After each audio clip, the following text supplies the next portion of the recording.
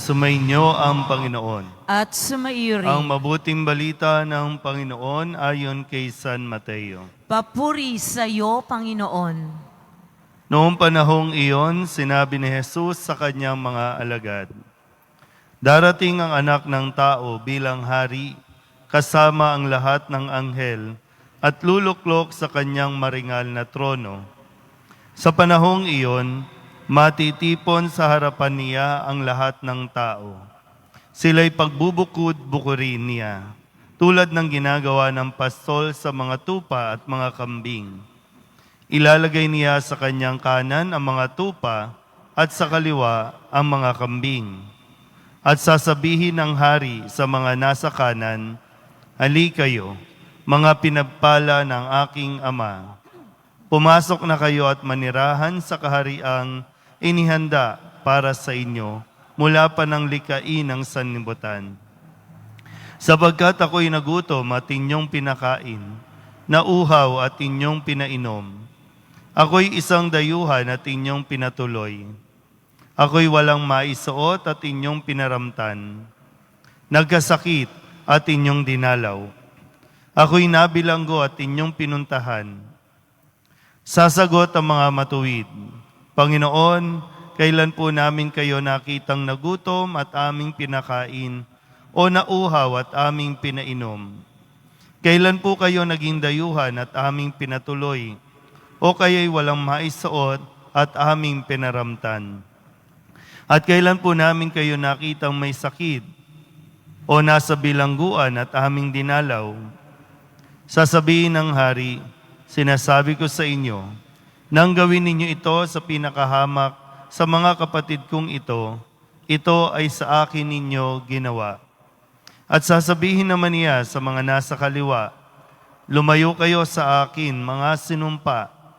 Kayo'y pasaapoy na di mamamatay, na inihanda para sa dyablo at sa kanyang mga kampon. Sapagkat ako'y nagutom at hindi ninyo pinakain, nauhaw at hindi ninyo pinainom.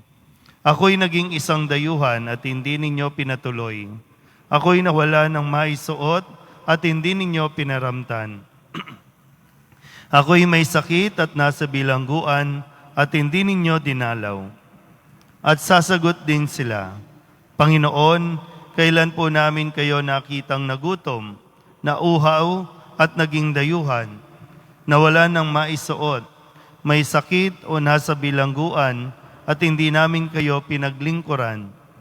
At sasabihin sa kanya ng hari, "Sinasabi ko sa inyo, nang pagkaitan ninyo ng tulong ang pinakahamak sa mga ito, ako ang inyong pinagkaitan. Itataboy ang mga ito sa kaparusahang walang hanggan, ngunit ang mga matuwid ay tatanggap ng buhay na walang hanggan." Ang mabuting balita ng Panginoon. Pinupuri ka namin, Panginoong Heso Kristo. Isang magandang umaga po sa inyong lahat. Tayo po ay nasa ika-6 na araw ng ating pong 40 araw na paglalakbay o paghahanda para sa Pasko ng Pagkabuhay. At muli sa umagang ito, unang araw ng linggo, ay pinaalalahanan tayo ng mga bagay na yung katotohanan, hindi tayo pwedeng mabuhay na mag-isa. Hindi rin tayo pwedeng mabuhay para sa sarili lang.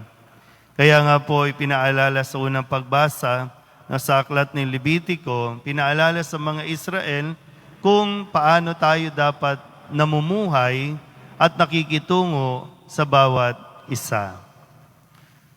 Noong Miyerkules ng Abo, mayroon 3 bagay na ipinaalala ang Diyos, si Kristo sa kanyang mga alagad at maging sa atin, yung mga 3 disiplina na dapat natin pagtuunan. Yan ay yung pananalangin, pag-aayuno, at paglilimos.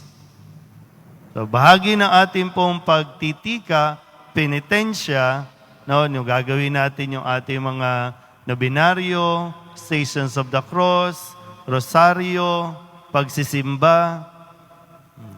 Pero hindi pwedeng kaligtaan yung atin pong misyon, yung atin pong, hindi pwedeng kaligtaan yung ating tungkulin at responsibilidad sa kapwa. Kaya nga, sabi, kung sakasakali na tayo po ay may dinadaya, tayo ay may niloloko, tayo ay may pinagnanakawan, magandang mapagnilayan natin itong. Kasi pagdating ng araw, sabi nga ni Kristo sa Ebanghelyo, hahatulan tayo at dalawa lang naman ang itatanong o dalawang bagay lang tayo susuriin. Yung mga bagay na ginawa mo at yung mga bagay na hindi mo ginawa na dapat mong ginawa.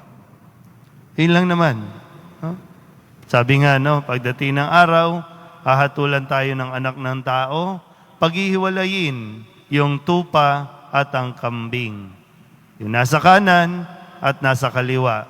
At para masuri, yun po yung ano ang mga ginawa mo at ano ang mga hindi mo ginawa na dapat mong ginawa sa kapwa.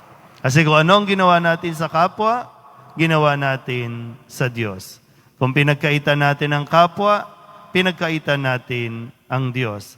Dahil ang Diyos ang may utos na tayo po ay makipagkapwa. O hindi sapat, lagi naman ako nagsisimba. 5:00 pa nga ng umaga, nagsisimba na ako, masipag ako eh. Hindi yan ang titingnan ng Diyos pala pagdating ng araw. Hindi rin sapat yung, wala naman po akong ginagawang masama. Pero ang tanong, may ginagawa ka bang mabuti para sa kapwa? Maganda po na isama natin ito sa ating pagninilay ngayong 40 araw na paghahanda. Amen?